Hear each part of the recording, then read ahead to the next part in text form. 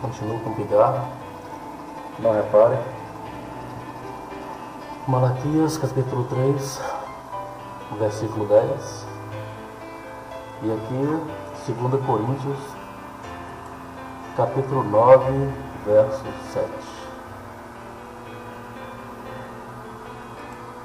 Sabe, irmãos, hoje eu vou abordar um tema bastante delicado com vocês, um tema que mexe com o seu bolso e deixa muito cristão triste.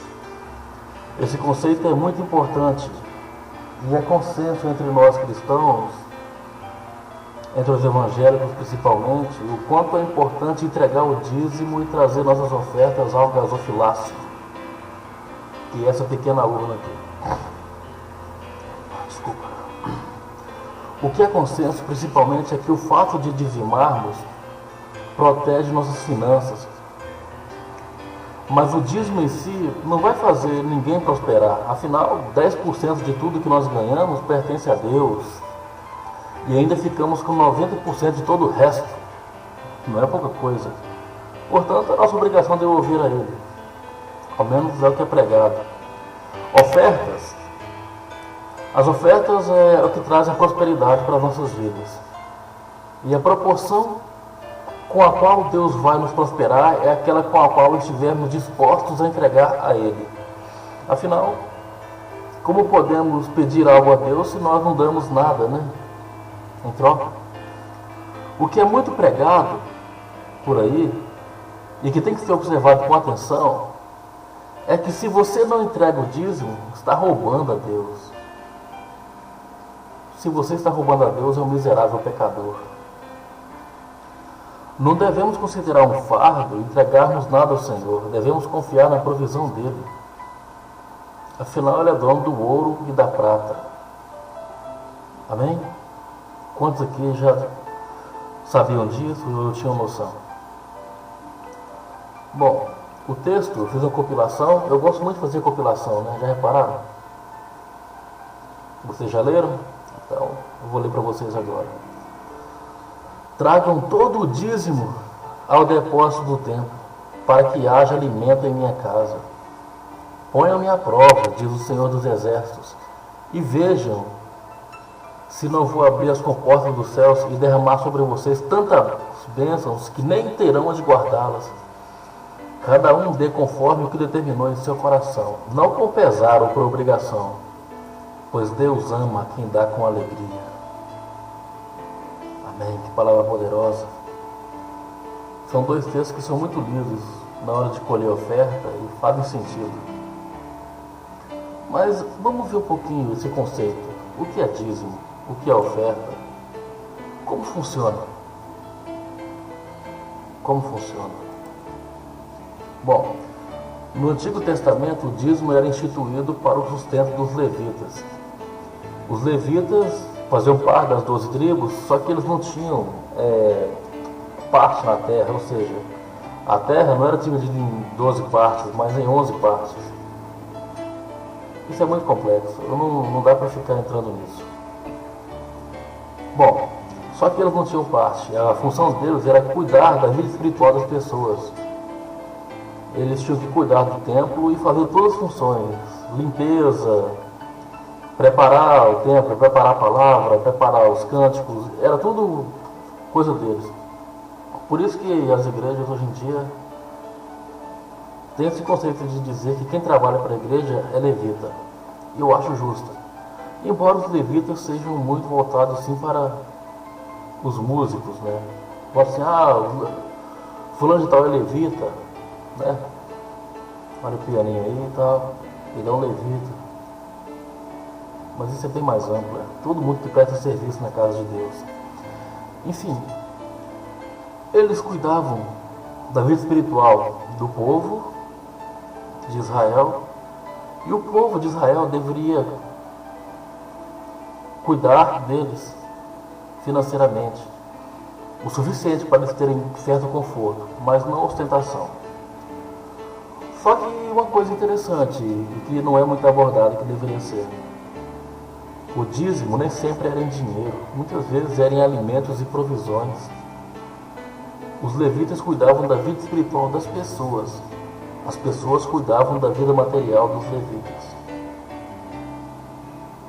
No Novo Testamento, os dízimos tinham a mesma função: manter o templo, o tabernáculo, manter os sacerdotes.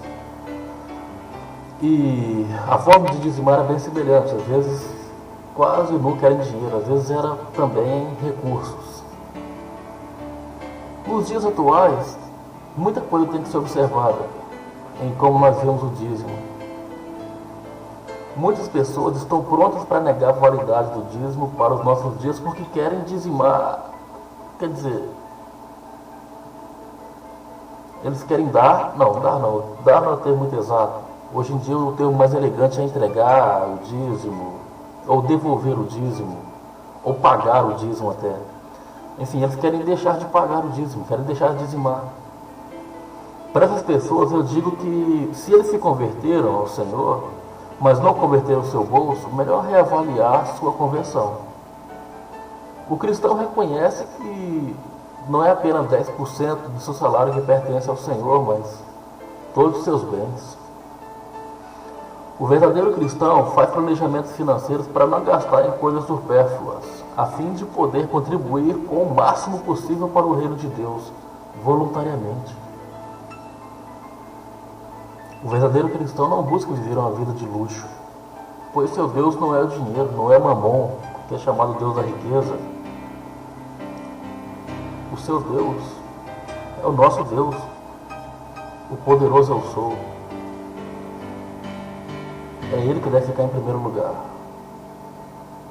Amém? Mais uma coisa. Mais um. Devemos também lembrar que os pastores, eles são responsáveis pela igreja. E a igreja é responsável por provê-los. Como está em 1 Coríntios capítulo 9, versículo 3 a 14. Portanto, as ofertas voluntárias também são usadas para compor o salário do pastor, provendo os recursos materiais necessários para que ele continue anunciando o Evangelho. Se ele vive pela obra, então ele precisa comer, precisa alimentar sua família, precisa cuidar. Bem, então devemos entregar o dízimo? Sim, teoricamente sim. Mas se a gente olhar com mais frieza para a realidade atual das nossas igrejas, não só as igrejas evangélicas, mas as católicas, principalmente que são os ramos cristãos de maior influência, eu vou deixar de lado as outras, vou focar só nessas. A gente observa alguns fatos interessantes. Muitas denominações religiosas estão levantando verdadeiros impérios financeiros, assim, e com a contribuição de seus membros, grandes templos, emissoras de rádio. Quantas rádios evangélicas temos por aqui, não é? Televisão. Temos muitos canais de televisão gospel, né? Alguns são até sustentados por recurso de seus membros, mas nem são emissoras evangélicas. Quantas mansões, quantos carros luxuosos, tudo com a contribuição da igreja. Muitos pastores têm aparecido até na Forbes, uma revista que divulga dados importantes sobre pessoas influentes, fortunas. Alguns pastores têm seu patrimônio pessoal avaliado na casa dos milhões, e não de reais, mas de dólares. É claro que nem tudo é consenso, algumas informações dessas revistas são distorcidas e muitos pastores não discordam e tal. E muitas igrejas já na sua fundação oferecem bons salários para seus pastores. Bom, mas elas têm metas para eles. Eles levantam uma igreja, você tem que arrecadar tantos R$1.000 por mês. É como se fosse empresa. Uma empresa, uma igreja levantada já tendo que arrecadar dinheiro. Aleluia. Há pastores evangélicos com ganhos semelhantes e outros que chegam a receber assim, entre R$256 mil por ano, além de benefícios que incluem casa mobiliada, carros, escola para os filhos e plano de saúde. A realidade dessas contribuições variam de igreja para igreja. A maioria das denominações não divulga esses números. Alguns alegam que é para se protegerem, outras não tocam no assunto mesmo. E quanto às igrejas católicas, os padres também recebem um salário que varia de acordo com a arrecadação com o dízimo e o serviço que eles prestam, como batismos, crismas, casamentos. Variam. Vou dar um exemplo. A Arquidiocese de São Paulo, os padres ganham entre R$ 1.350 no começo e R$ 3.780 depois de 25 anos de serviço. Olha, eu acho que esses ganhos são até justos, não vejo exagero. Eu não sou contra os sacerdotes receberem salários, eu sou até a favor. E também acho que eles devem ter 30 dias de descanso por ano. Devem contribuir com o INSS para garantir a aposentadoria no final da carreira, né? Eles devem ter o suficiente para dar conforto para suas famílias, viverem moderadamente. E só, sem carros, sem casas. Querem sair do... Nossa, caramba, chegou um pouco d'água. Eles querem sair do aluguel? Querem parar de andar de ônibus? Financiam. Como quase todos os trabalhadores brasileiros fazem. Eles querem comprar uma casa? Fazem financiamento. Querem comprar um carro? Fazem financiamento. Eu considero um imenso desrespeito aos fiéis e a Deus que o homem usa o reino de Deus para construir fortunas. Me apontem na Bíblia um pregador da palavra de Deus que tenha enriquecido nesse ofício. Só um. E por favor, observem o contexto, porque eu não tenho paciência com demagogia, gente. Não vão apontando qualquer coisa. Eu já ouvi pastores que até então eram exemplares para mim dizerem que Jesus era rico. Que blasfêmia. Dizerem que pobreza é maldição. Isso é absurdo. E eles dizem também que se você não devolver o que é do Senhor, as portas se fecharão.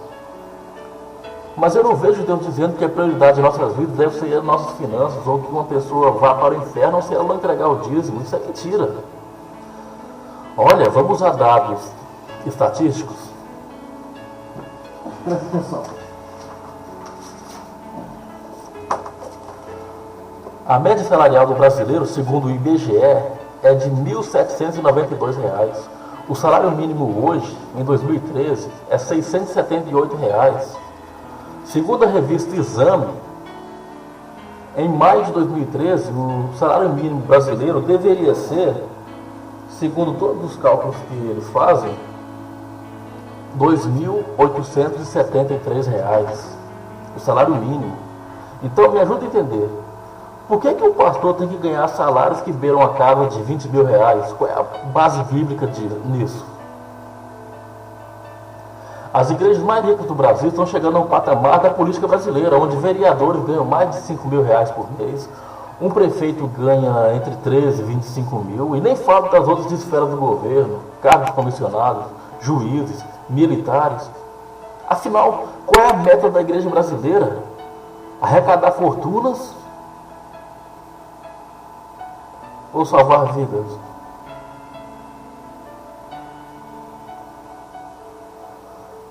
Muito do que é pregado financeiramente nas igrejas afora parece um filme de terror. Você sente que vai morrer se não contribuir, que sua família vai ser destruída, que pessoas irão a óbito, que tragédias podem acontecer, que só um homem ou a mulher, eles só são homens e mulheres de Deus se eles tiverem prosperidade financeira. Meu Deus. A teologia da prosperidade tem tomado os púlpitos. Ofertas vultosas, grandes, têm sido cobradas. Pessoas têm vendido propriedades, veículos, doado pequenas fortunas, ofertado suas joias, alianças de casamento, cartões de crédito, tudo em nome de um trabalho missionário, ou seja lá qual for o objetivo de cada uma dessas contribuições. Olha, eu não discordo da necessidade de missões, isso é real. Mas muitas vezes eu chego a ficar com dúvidas se os missionários que recebem os donativos precisam disso quando eles viajam de avião, usam perfumes caros e roupas de marca, enquanto tantos homens e mulheres estão passando fome na Ásia, na África, aqui no Nordeste brasileiro, no mundo afora, enquanto muitas igrejinhas estão fechando as portas por não terem condições de se manter e manter seus obreiros. As igrejas estão se munindo de ar-condicionado, estão se munindo de efeitos, estacionamentos, olha. Se um pastor quiser ser remunerado aqui tem regras. Ele deve viver exclusivamente para a obra, deve prestar um serviço de qualidade para vocês, irmãos. E acima de tudo, deve aceitar que seus rendimentos podem variar. Porque pode ser que um mês a igreja não consiga ter o suficiente, e às vezes tenha muito, e esse muito não vai ser acrescentado para eles. Tem um teto, tem um limite. Mas nós somos pequenos ainda, e o que recebemos aqui é em prol das pessoas. Não temos obreiros aqui remunerados. Nós temos ar-condicionado na igreja, um teto seguro, sabe? Com laje, um piso bem trabalhado, temos cadeiras confortáveis, um bom equipamento de som, instrumentos musicais, não pagamos aluguel, sabe? Os nossos impostos, porque a igreja não é isenta de impostos, a gente não optou por isso, os nossos impostos estão pagos. Podemos investir o dinheiro que temos na vida das pessoas. Eu não recebo salário pastoral, eu não quero nunca precisar, mas ninguém sabe o futuro. Porém, eu tenho um trabalho secular muito bom, o que me permite prestar um serviço eclesiástico de qualidade, quer dizer, me permite, não atrapalha. Eu tive condições de montar essa estrutura nessa igreja, porque eu planejei por muito tempo, para que ninguém me aponte o dedo e me chame de ladrão, para que eu possa ensinar a verdade e viver a verdade aqui. Se eu ficar rico com o meu trabalho secular, nossa, como eu queria ficar rico, como seria bom. Mas vai ser com o meu trabalho secular, não com o dinheiro de vocês. E se enriquecer significa comprometer meu ministério, melhor ter um rendimento modesto com a ajuda de vocês do que ganhar uma fortuna financiando o inferno para minha alma. É sério. Isso aqui não é brincadeira. As ofertas que recebemos aqui, uma vez, superaram o que a gente precisava para suprir as despesas que temos com energia, água, oferta para os músicos. Os músicos não recebem salário, mas a gente dá uma pequena ajuda financeira para eles. E eu acho isso justo. Mas eles sabem que se a qualidade do louvor, a qualidade musical cair, a ministração, ela entrar em declínio, e eu falo de qualidade espiritual principalmente, eles não serão dignos de se alimentar com o suor dessa igreja. Eu tive o prazer de dizer a vocês, ó, esse mês já temos o suficiente, vocês ainda, se vocês quiserem ofertar, fiquem à vontade. A gente monta um caixa para emergências, mas nossas contas estão pagas esse mês, não preciso mais ofertar. Como foi bom, né? Sabe por quê? Porque quando o foco de uma igreja é o dinheiro, Jesus é deposto do altar. Eu faço a tesouraria da igreja. Não que eu não confie nas pessoas, mas eu faço questão de fazer pessoalmente. Só que eu faço com muita gente me observando como eu lido com o dinheiro aqui. Eu sempre deixo um relatório naquele mural informando a movimentação. Nossa igreja paga um contador para que a gente mantenha os nossos rendimentos de forma regular.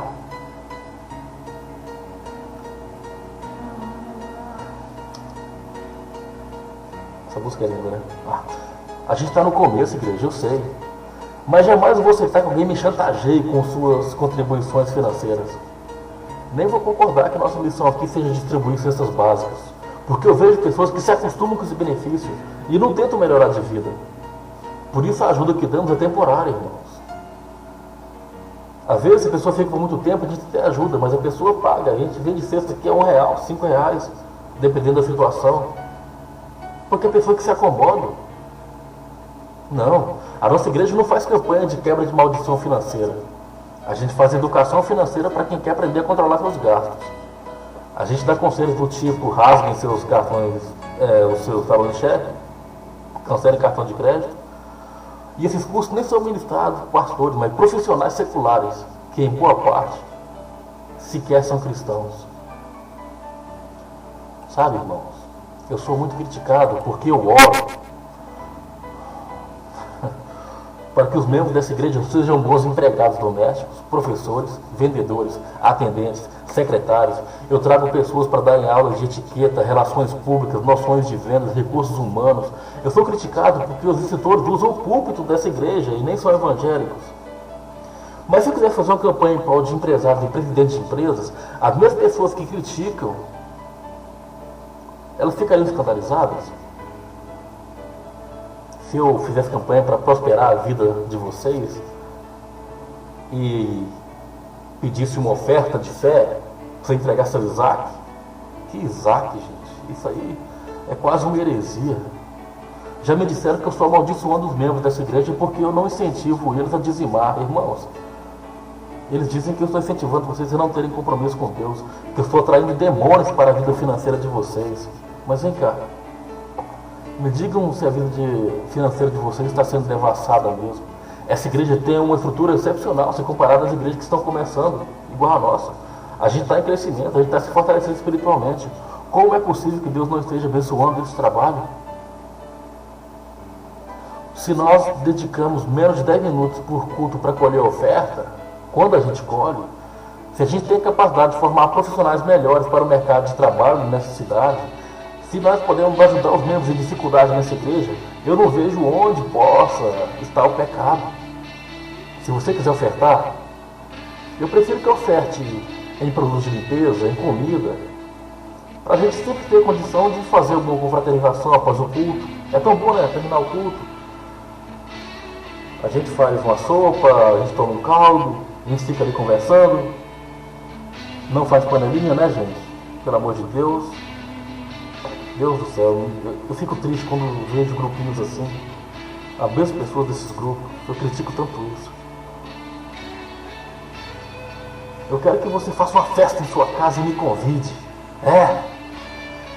Sabe, eu gosto muito de festa, eu gosto muito de comer. Então, se você fizer uma festinha, me convida, por favor.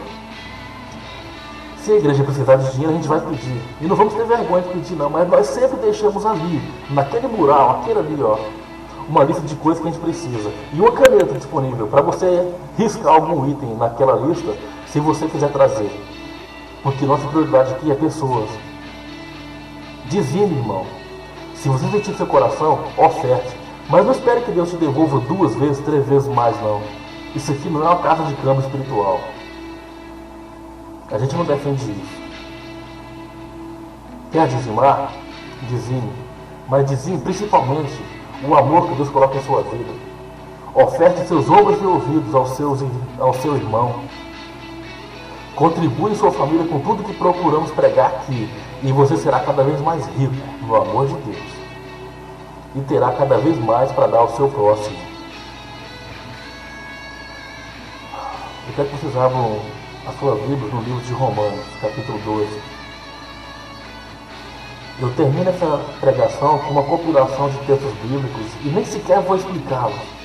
Por isso, fechem seus olhos e escutem com atenção o que eu vou dizer. Pois essa é a palavra de Deus que eu deixo para vocês hoje.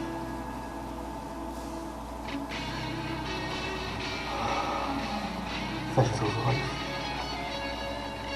Portanto, irmãos, rogo-lhes pela misericórdia de Deus que se ofertem a vocês mesmos em sacrifício vivo, santo e agradável a Deus.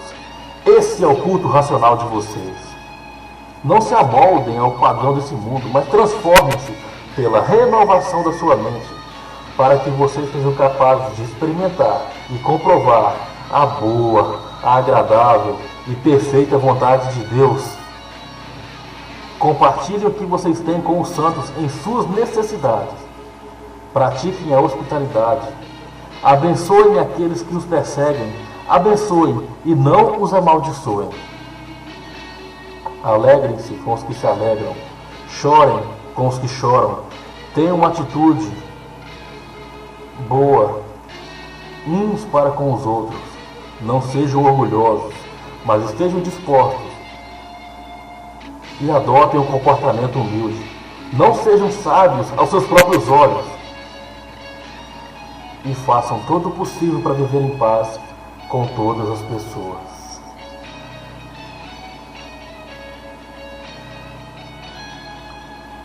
Deu para entender, irmãos? O que eu quero, o que Deus quer para nossas vidas? Esse é o dízimo. Essa é a oferta, que é a prioridade aqui. Amém?